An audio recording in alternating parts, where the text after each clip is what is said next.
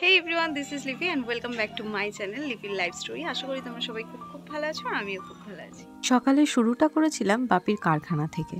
মানে সকালবেলা উঠেই বাবু ঘ্যান ঘ্যান করছিল, তো নিয়ে এসেছিলাম এই কারখানায় ঠাকুর হচ্ছে বলে যে চলো দেখাবো। তো এই যে দেখতে পাচ্ছ শ্বশুরমশাই এখানে কাজ করতে ব্যস্ত। আর একটা জিনিস তোমাদের দেখায়, এই যে দেখছো প্রতিমাটা 1 মিনিটে সবে করা হয়েছে, এটা হচ্ছে আমার বাড়ির ঠাকুর, মানে আমার বাড়ির সরস্বতী ঠাকুর। তো ওর পাপা মানে আমার ছেলের পাপা যখন ছোট পড়াশুনো করে তখন থেকেই হয়, তো মাঝে কোনো অসুবিধা হলে বন্ধ ছিল, আর তারপর এই যে আমি করব এবার প্রথম। আর এই যে দেখতে পাচ্ছ বিশাল বড় একটা সরস্বতী, যেটার অর্ডার আছে। তো হাঁসটা শুধু একবার দেখো। সকালটা বেশ ভালোই কাটছিল। দুপুরের টাইমে ছেলের শরীরটা আরও ভীষণ খারাপ করে, তার কারণ হচ্ছে দুদিন ধরেই ও পটি করছিল।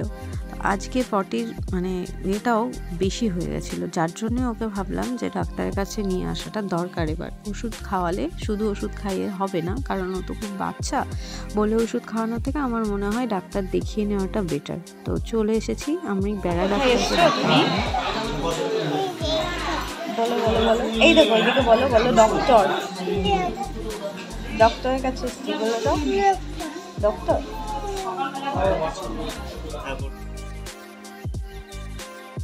আমার ডাক পড়েছে, তো আমাকে যেতে হচ্ছিল। এখানকার সিস্টেম হচ্ছে যে যখন যাবে সে তখন মানে ঢুকতে পারবে, তো একটা করে নাম্বার দেওয়া থাকবে, সেই নাম্বার। তো আমার নাম্বার ছিল 65 আর চলছিল 55। তারপর কিছুক্ষণ পরে এই যে আমার 65 উঠে গেছে, আমি ভিতরে যাব এবার। তো আমাদের দেখানো এবার কমপ্লিট। তো আমরা বাড়ি যাওয়ার পথে চারিচারা বাজারে এখানে বালকনাথের থেকে ওষুধটা নিয়ে নিচ্ছিলাম। তো দেখো, তো ভাগ্য ভালো দোকানটা বন্ধ করে দেয়নি, না হলে এই মুহূর্তে মানে এবেলায় আর ওষুধটা বাবুর পড়তো না। তার কারণ বন্ধ করার মুহূর্তেই মানে আমরাই মনে হয় লাস্ট ছিলাম, তারপরই শাটার নামিয়ে দেয়। তো দেখো এই যে ওর পাপা ওখানে বিলিং করছে।